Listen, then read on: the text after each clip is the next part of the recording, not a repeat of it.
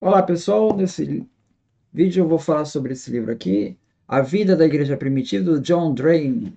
Eu já falei um livro do John Drane sobre Paulo, né? Agora, A Vida da Igreja Primitiva, também publicado pela editora Paulinas em 1985. Então vamos destacar aqui alguns pontos. Primeiro na página 15, né? Ele fala sobre o papel de Jesus e a lei, né? Ele diz assim: Jesus jamais negou a validade da lei do Antigo Testamento. Tampouco negou que ela tivesse sido dada por Deus, mas deu a entender que com a sua vinda o tempo da lei terminara.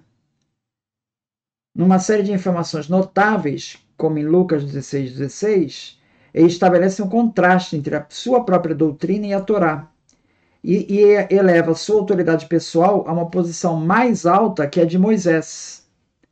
Ele diz assim: ouviste o que foi dito dos antigos por Moisés, eu, porém, vos digo. Está se colocando acima de Moisés. É também significativo que, conforme a narrativa de Marcos a respeito do processo de Jesus perante o Sinédrio, ele foi acusado primeiramente de blasfêmia contra o templo. A acusação não surtiu efeito, mas do ponto de vista das autoridades não era totalmente sem fundamento, como podemos ver na sua afirmação no Evangelho de Mateus. Eu vos digo que aqui há alguém maior que o templo. Então ele está realmente se contrapondo ali, né?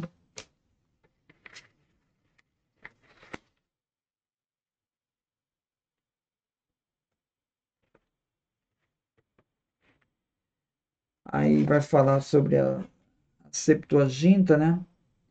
Ele diz: as origens reais da Bíblia grega, que foi então publicada, estão envoltas na obscuridade. Conforme uma lenda antiga, os judeus do Egito conseguiram persuadir o rei egípcio Ptolomeu II Filadelfo, que reinou de 285 a 247 a.C., a patrocinar o projeto. Esse mandou buscar em Jerusalém 70 homens com conhecimento de hebraico e grego, encerrou-os em 70 celas, enquanto cada um fazia a sua tradução. Quando ficou pronto seu trabalho, para espanto de todos, os 70 homens não só tinham expressado as mesmas ideias, mas também usado exatamente as mesmas palavras gregas para exprimi-las, com o que Ptolomeu ficou tão impressionado que imediatamente convenceu-se da origem divina do trabalho. Nem todos acreditavam nessa espécie de lenda, mesmo no mundo antigo, e uma outra fonte antiga, a Carta de Aristeias, sugere que os tradutores inauguraram o processo de todas as traduções modernas, trabalhando em equipe.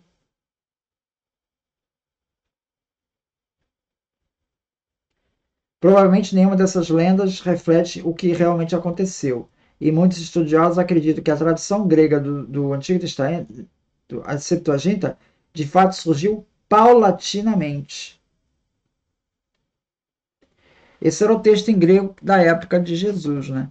Então, quando se diz que a Septuaginta foi escrita lá em 285 a.C., lá no tempo do Ptolomeu II, na verdade ele foi escrito ao longo do tempo, tá?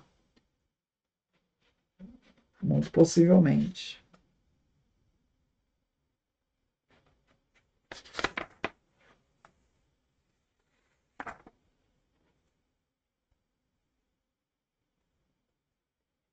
Aqui está falando sobre o Atos dos Apóstolos aqui, né?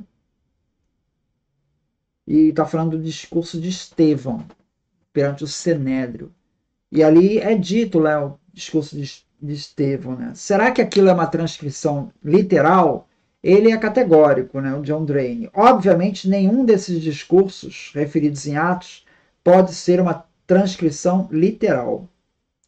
E ele diz que isso era comum na antiguidade. Tá? Ele fala do texto História da Guerra de Peloponeso, de Tucídides. Ele escreve assim: alguns discursos, o Tucídides falando, né? Eu mesmo escutei, enquanto outros eu obtive de várias procedências. Em todo caso, foi difícil para qualquer pessoa conservá-los na memória literalmente. Por isso, meu costume tem sido fazer aos oradores dizer o que, na minha opinião, deles se exigia nas diversas ocasiões, naturalmente guardando o mais fielmente possível o sentido geral daquilo que eles realmente disseram. Então, é uma transcrição literal? Não, é uma transcrição do autor de Atos. Ele está transcrevendo. E veja que o Tucídides, ele ainda reconhece, ó. Às vezes eu nem tenho texto, mas pelo contexto eu imagino qual teria sido o discurso dele e coloco lá o discurso, as palavras do discurso. Isso é o que um historiador, né, romano conhecido fazia. E era como se fazia história. Isso não era visto como adulteração, nem como. Era aceito essa situação. Tá?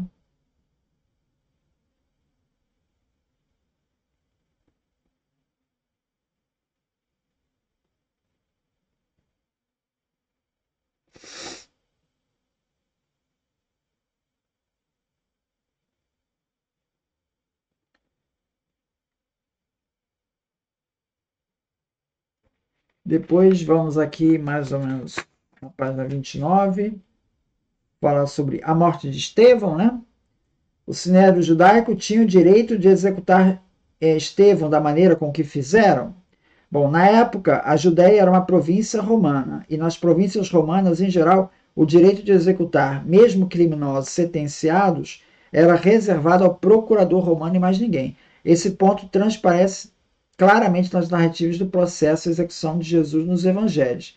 Conforme João 18:31, os mesmos líderes judeus envolvidos na morte de Estevão foram forçados a admitir antes, na frente de Pilatos, que não nos é lícito condenar ninguém à morte.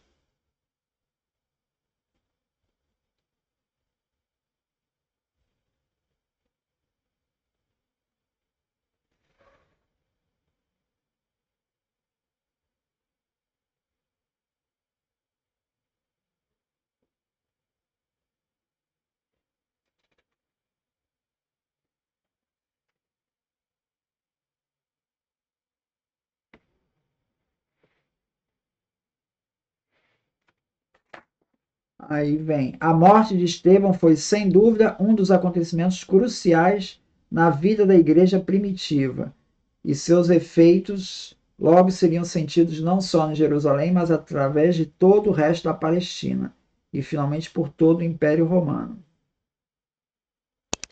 Dado o modo como Estevão falou contra o templo, é sempre possível que eles tenham julgado que ele tivesse violado o templo e seus direitos de certa maneira, mas é mais provável que sua morte não tenha sido o resultado de uma sentença formal, mas o de um linchamento. Então, por que mataram Estevão? Porque não seguiu-se ali o processo formal, foi um linchamento.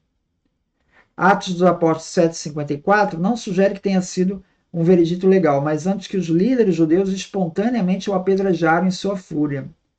Sabemos de pelo menos um outro exemplo de tal conduta, que é a morte de Tiago em Jerusalém, em 62, que parece que também foi pelo mesmo esquema, né?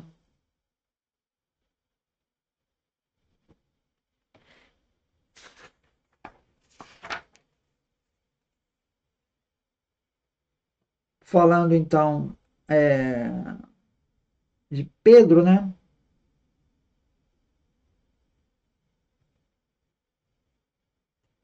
E do martírio de Tiago, irmão de João. Foi martirizado e Pedro foi lançado na prisão em Roma.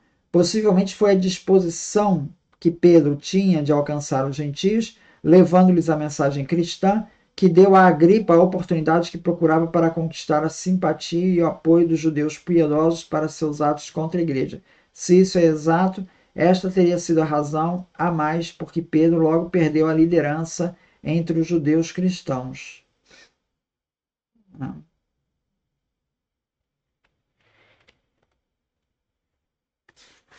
Depois ele vai falar aqui na página 41 sobre Paulo, né? Mesmo nos atos, eles parecem apagar-se diante do próprio Paulo. Naturalmente, existem razões para isso.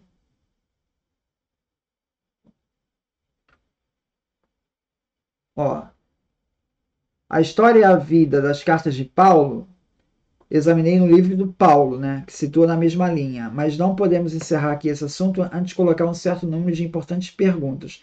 Quando lemos o Novo Testamento, não é difícil termos a impressão de que apenas duas pessoas tinham real importância na igreja primitiva: Jesus e Paulo, pois as histórias de Jesus nos evangelhos e os escritos de Paulo constituem algo em torno de 3/4 de todo o Novo Testamento. Ocasionalmente encontramos Pedro, Tiago e outros personagens menos importantes, como Silas e Timóteo. Mas mesmo nos Atos, eles parecem apagar-se diante do próprio Paulo. Naturalmente, existem razões para isso, sem dúvida relacionadas com o objetivo principal da composição dos Atos dos Apóstolos. É, de qualquer forma, uma história seletiva do começo do cristianismo. Por exemplo, se tivéssemos apenas os Atos como fonte de informação, poderíamos supor que Paulo fosse o primeiro cristão a levar o evangelho em Roma. Mas sabemos, por sua carta à igreja desta cidade, que havia lá uma numerosa e próspera comunidade cristã, muito antes dele visitar a Itália. Isso aparece em Romanos, capítulo 1, dos 6 ao 7. Então, quando Paulo chega lá em Roma, já tem uma comunidade lá. Assim, a obra de Paulo, embora de fundamental importância, era claramente uma complementação da obra de muitas outras figuras da igreja primitiva, cujos nomes e ações não nos foram transmitidos. Então, existe ali uma fundação da igreja em Roma e que não veio de Paulo, não foi Paulo que fez. É isso, muito obrigado, então.